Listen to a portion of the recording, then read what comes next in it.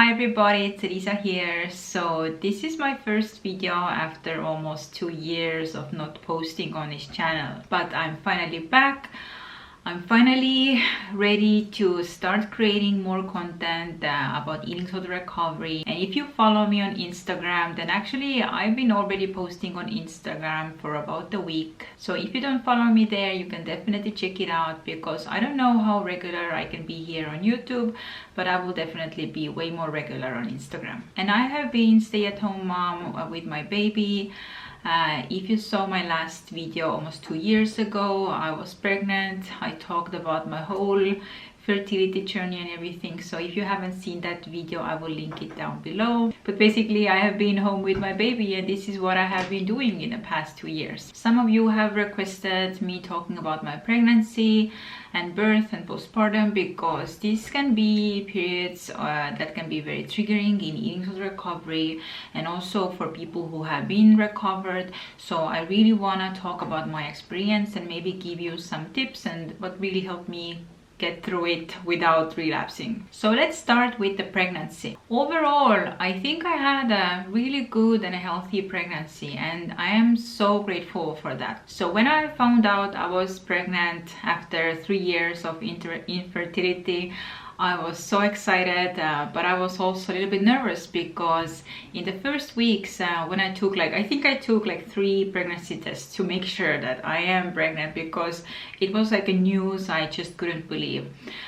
But yeah, in the first weeks I didn't have any symptoms of pregnancy. But at my 6-week appointment with the doctor, we were able to confirm there was a healthy heartbeat, and everything was progressing good. So I was so happy. But now let's talk about the first trimester. And the first trimester can be very challenging for many people, and it was for me as well.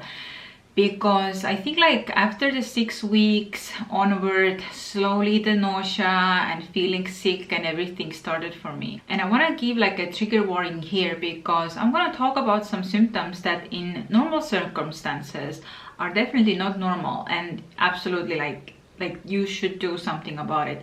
But in a pregnancy, those symptoms are normal, because it comes with the changes of your hormones and everything. So yeah, just keep that in mind. So I was feeling nauseous, and yes, I vomited several times because I just felt so sick. But the thing is that it didn't trigger my eating disorder, because firstly, by that point I had been fully recovered for many years now. And as I've been working as an eating disorder recovery coach, I just feel like I know too much already to ever go back into that mindset. And secondly, I knew that this is purely hormonal. It has nothing to do with my past of eating disorder. It was nothing to do with the restrictive mindset. And thirdly, in the periods when I did feel better, that normally was later in the evening, I did continue to eat good amount, and I did continue to gain weight in my pregnancy. But for me, instead of focusing on the behavior that I felt like I can't do much about because I just felt sick, I focused on my mindset, what is my mindset behind it. And this is how I knew it's nothing to do with eating disorder. And as soon as the nausea will pass, I knew that I'm ready to start eating normally again. And I tried to do so many things to ease the nausea, but very little help. I tried to eat some sour candy, I tried to chew gum, I tried to eat small bites of the bland foods or what they recommend, but nothing helped much. But one thing that really helped me was red currant juice, because if you have red currants, we have so much red currants here in Estonia, then red currants are very sour, and the sourness really helped my nausea. I don't know why, but it did. And I couldn't just eat the red currants because it was just too much fiber. It would mess up my stomach. But I made red currants juice, and it had to be without sugar, because the sweetness would just make me sick also. So if you ever struggle with the nausea in your pregnancy, from my perspective, maybe try to eat or drink something sour. And the second thing I remember from my first trimester was that I really hated the hot weather. My first trimester was in the middle of the summer, July, August, and it was also a lot of hot weather even here in Estonia, and I just couldn't bear it. I was waiting for autumn. I wanted some cool weather, so if I went outside it had to be like very early in the morning or later in the evening when it was cooler. So then the second trimester came, and I remember from the first day of autumn the cool weather started, so I was so happy. And also by that point my nausea had passed. It lasted for the first 12 weeks, but after that it was so much better. I finally felt normal again, and I would say that second trimester was where I felt my best. I had more energy, I could eat normally, I did some walks, I also went to the pregnancy swim classes that I really enjoyed, I did some bike riding, and for me personally I didn't experience like any massive like food cravings.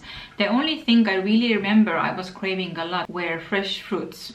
And maybe it was also because of the time of the year, because my first trimester was in summer and then autumn, the second trimester. So this is where in Estonia, like we have the most fresh fruits available. The other part of the year, it's not so much. So maybe it was to do with that, but I really remember I enjoyed a lot of fruits. But of course, I continued to eat like whatever foods and other foods as well. And one other annoying symptom I remember that persisted all throughout my pregnancy was that I had like a horrible taste in my mouth. The taste was like I hadn't been brushing my teeth for days.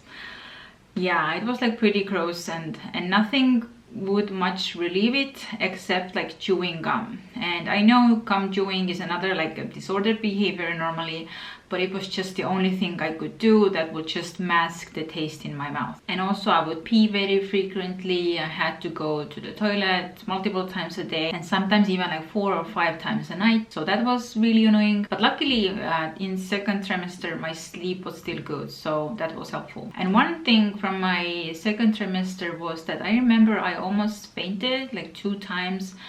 One time in the dentist office and one time in my facial, because I had to lie down.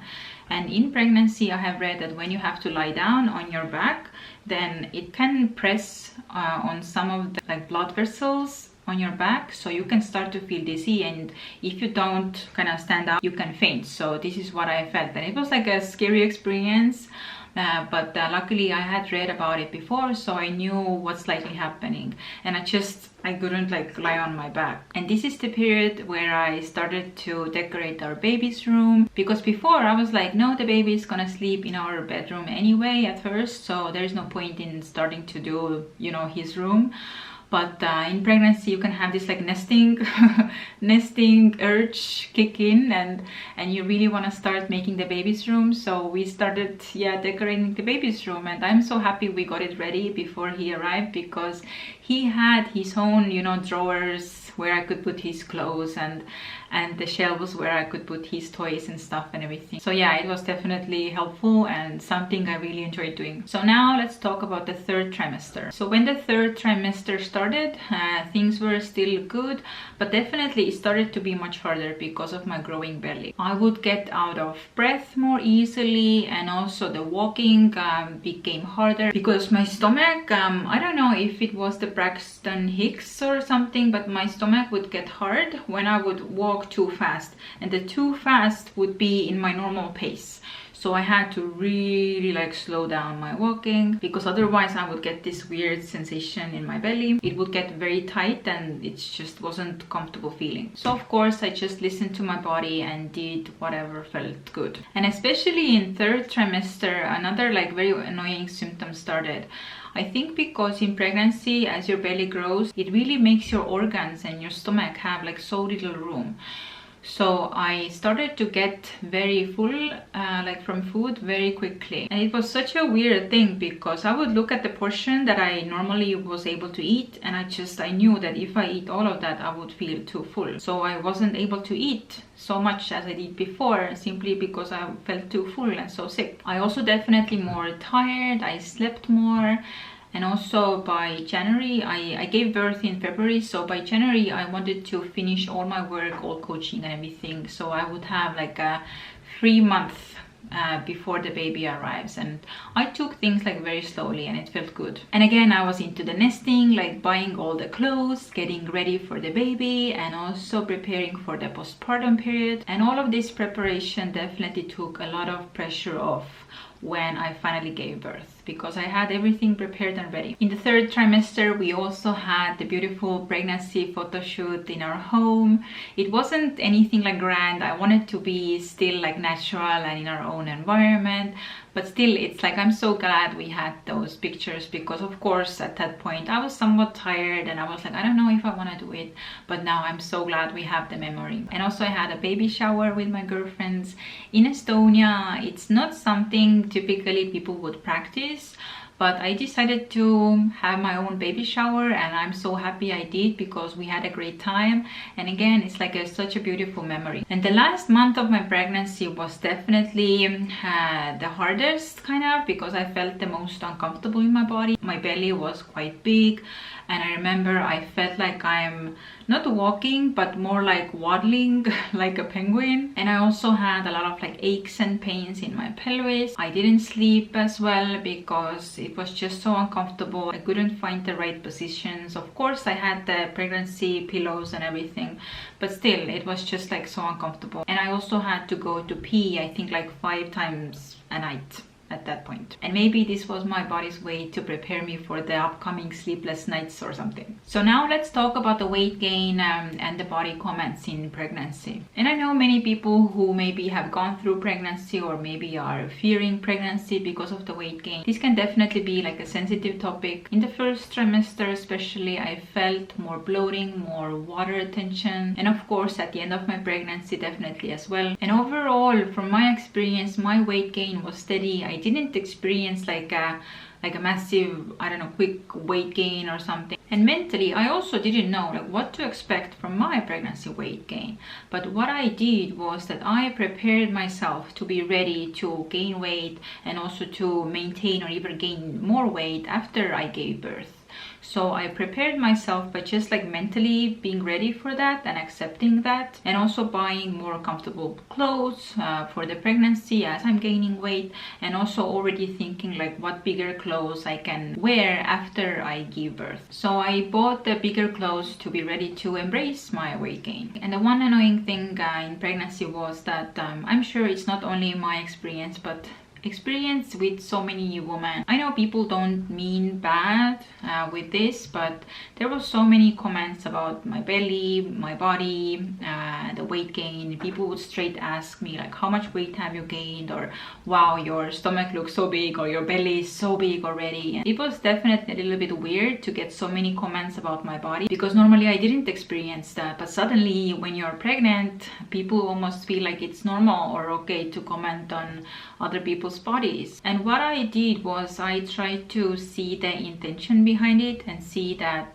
like people don't mean anything negative about it, but they are just not aware like how making those comments is not necessary, it's not helpful, and especially for people who have gone through eating disorders. So you really have to be very mindful of the comments and not take it personally, because it's not personal. But that said, I actually felt personally really good in pregnancy regards to my body and weight gain and body image and everything. I actually, I was surprised because I felt beautiful, I felt sexy. Of course I had bad days as well, but overall I felt good in my pregnancy body. So now let's talk about my birth story. Initially, I thought for sure that I'm gonna give birth in a hospital, but something I really wanted from the start was to have my own personal midwife, plus I wanted to have a doula as a support person, in addition, of course, to my husband. And we started some preparation work already with my doula, like she would prepare us, us both with my husband for the birth and everything. We would talk about the birth and what to expect and how it is, and also a little bit about the postpartum. I read a lot of books, so I had time to do a lot of preparation for my pregnancy. And also I read so much into the home birth option as well. And one of my best friends has actually given birth at home to 3 of her babies. So I already had some real life example how this is an option and it's possible. And luckily the midwife I chose, I didn't know it at first, but she was the only midwife who is actually certified to legally be able to give birth at home or to support somebody giving birth at home. And also my doula had been present in so many home births already. And because my pregnancy was going good and I had a low risk pregnancy, and then about in the middle of my pregnancy, me and my husband, we decided that we want to give birth at home, and we had the perfect team and the perfect conditions for that. So yeah, we started to get ready for our home birth. The first signs of labor started at February 25, and it's so weird because in October I had this dream.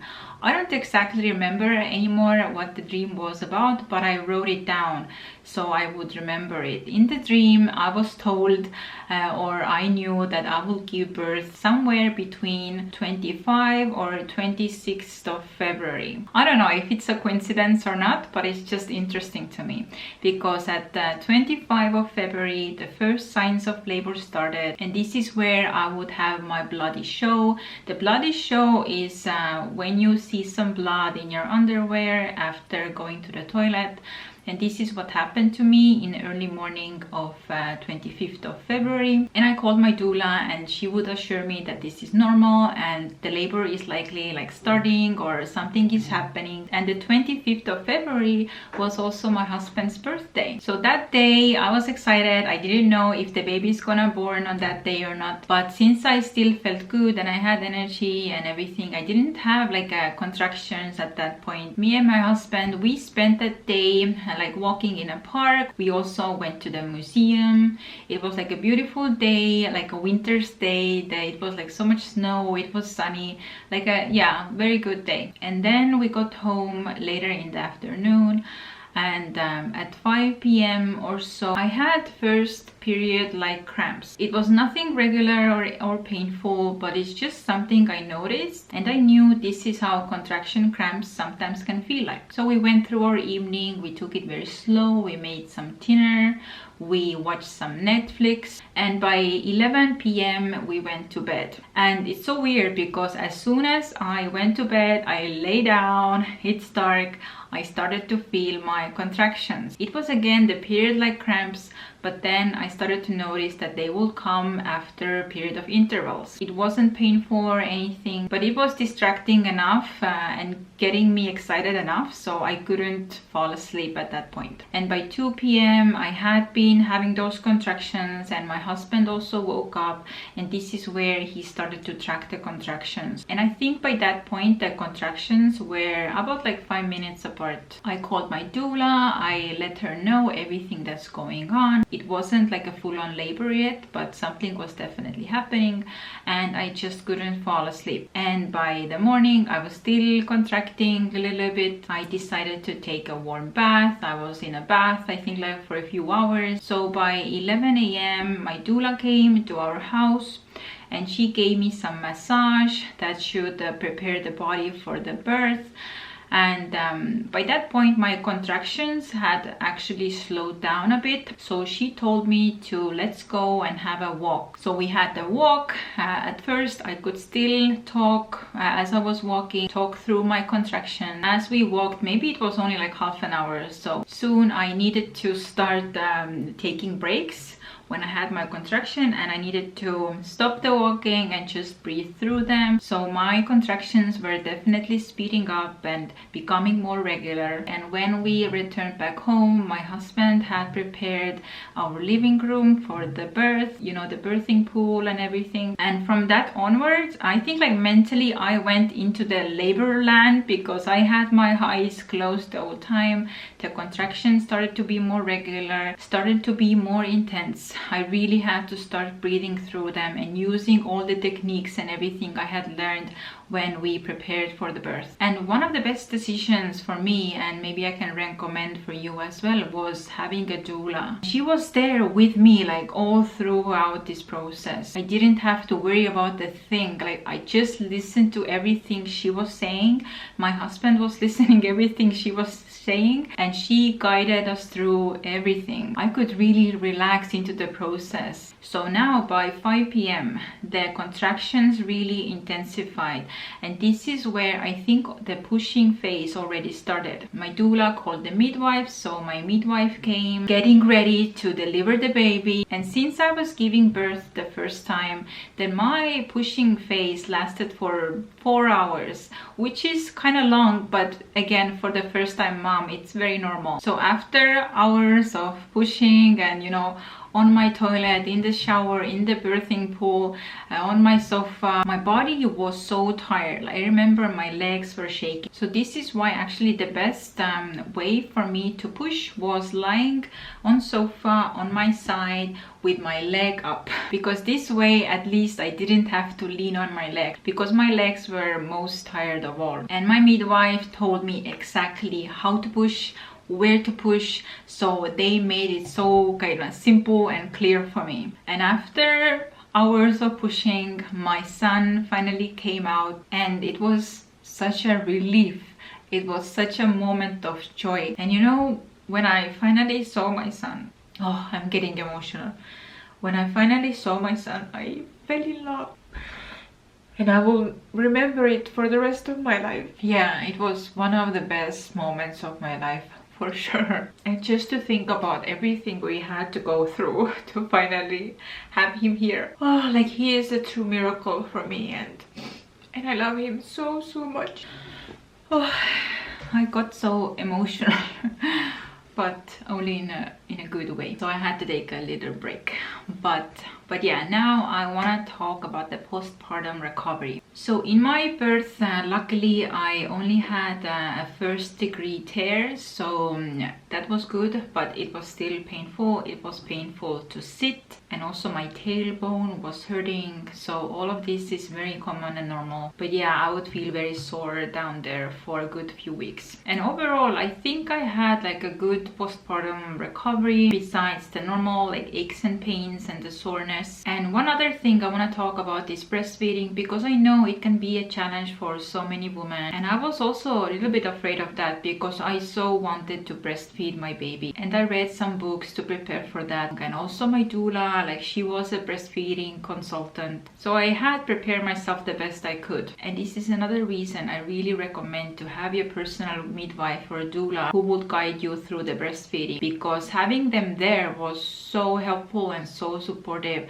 And for me, the breastfeeding, everything went well, and I think it was because of all the support and help I got from my doula and from the midwife at the start of my breastfeeding. But the period of postpartum sleep was definitely way more tricky for me, and it was also something I had prepared myself for, like mentally, and also reading some books, because I knew that having a newborn, it's not like you're not gonna sleep through the night. You're gonna be awake with the baby, you have to breastfeed, you have to change diapers. And since for me, like sleep affects me quite a lot, like my mood, my health, like how I'm feeling overall. So this was something I was really worried about. And when my baby was born, of course, like my baby would wake up several times a night. I would have to change the diapers, I would have to breastfeed. It was a very chaotic and very exhausting period. And putting baby to sleep at night was a challenge, because sometimes it would take like 4 hours to get him to sleep. He would have colic, he would cry a lot. So me and my husband, we would spend like many hours trying to put him to sleep. And of course, as a newborn, during the day, he would sleep longer stretches of time, like a few hours at least. But after about 3 months or so, he would start napping during the day, only 30 minutes at a time. So I felt like I am always like putting him to sleep all throughout the day, and he would only nap 30 minutes, which meant that I had little time to myself or to do anything else. And then the 4-month sleep regression happened, and I don't know if you're a mom, maybe you know about it, but the sleep regression is when babies' sleep cycles change, and basically everything will be messed up again. If you had a routine before, then yeah, the routine is gone. He would be waking up every 2 hours at night, and since I was breastfeeding him, he was on my breast all throughout the night, and I felt like I'm in a coffin. I can't turn.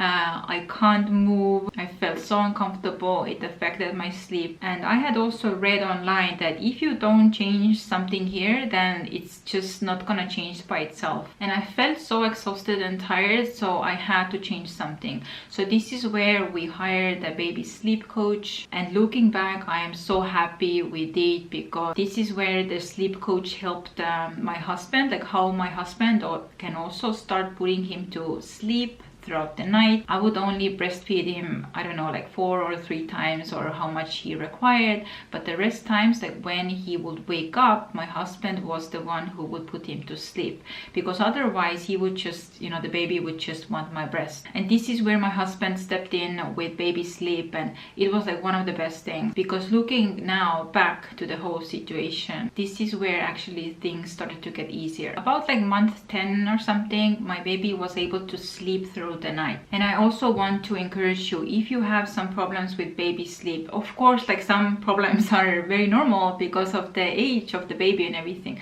but if you have some problems and your health, your mental health is so affected about it, then I really recommend you to find a baby sleep coach, and they will help you for your baby and for you and your family to have better sleep. And no, you don't have to let your baby cry it out alone.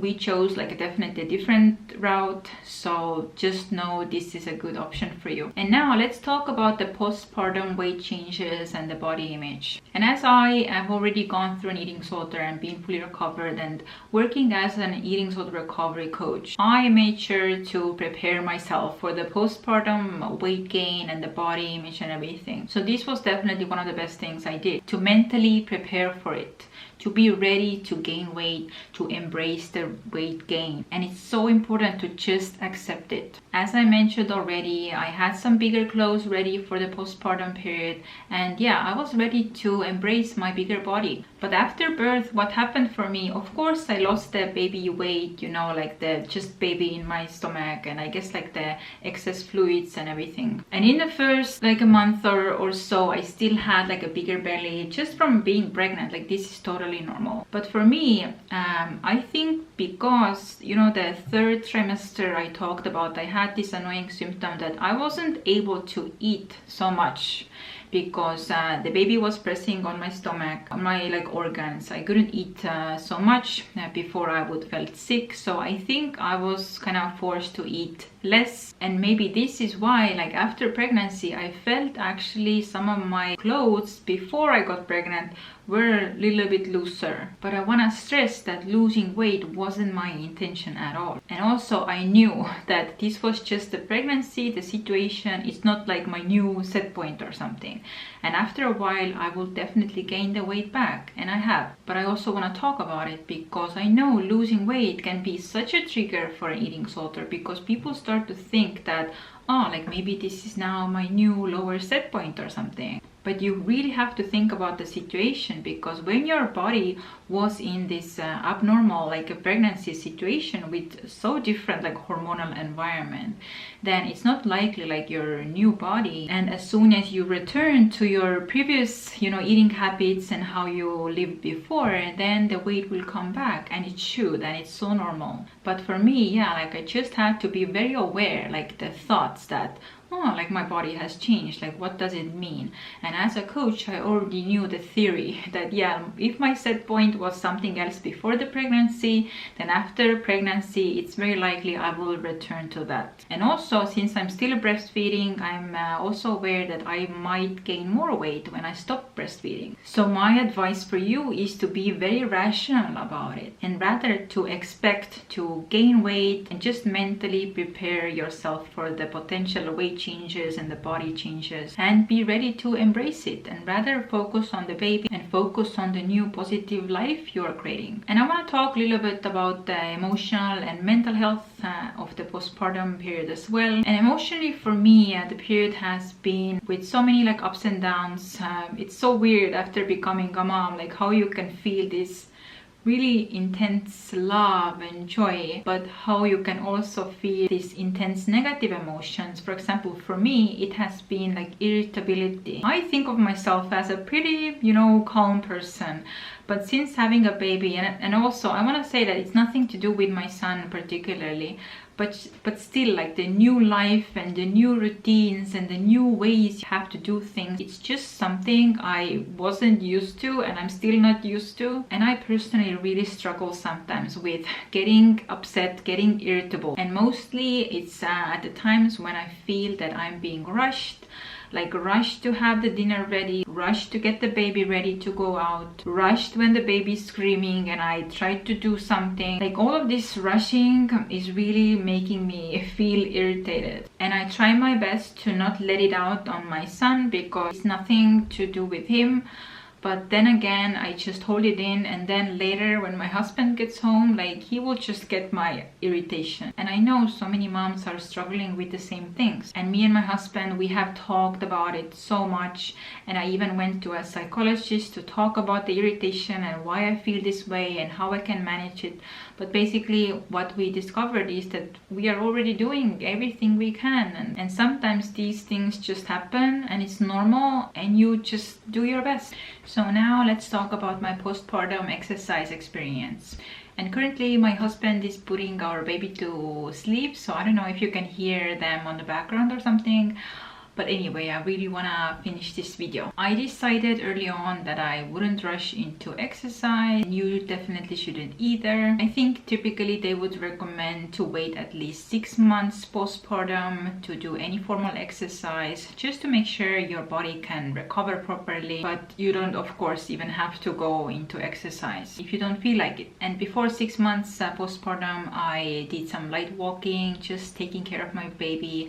And that was, of course, plenty of exercise by itself. And after 6 months passed in my postpartum, I felt ready to start doing some exercise. So I did some gym classes, and then my doula recommended me to have a personal trainer who would have experiences helping women recover postpartum. Because with my baby, I carried him around so much. He would want to be held constantly, and it was such a pressure, of course, to my arms but also on my back. So my doula said that it's much better to have a personal trainer who can make sure I'm doing the exercises in the correct positions, because for the recovery it's so important that you do the exercises in the right way.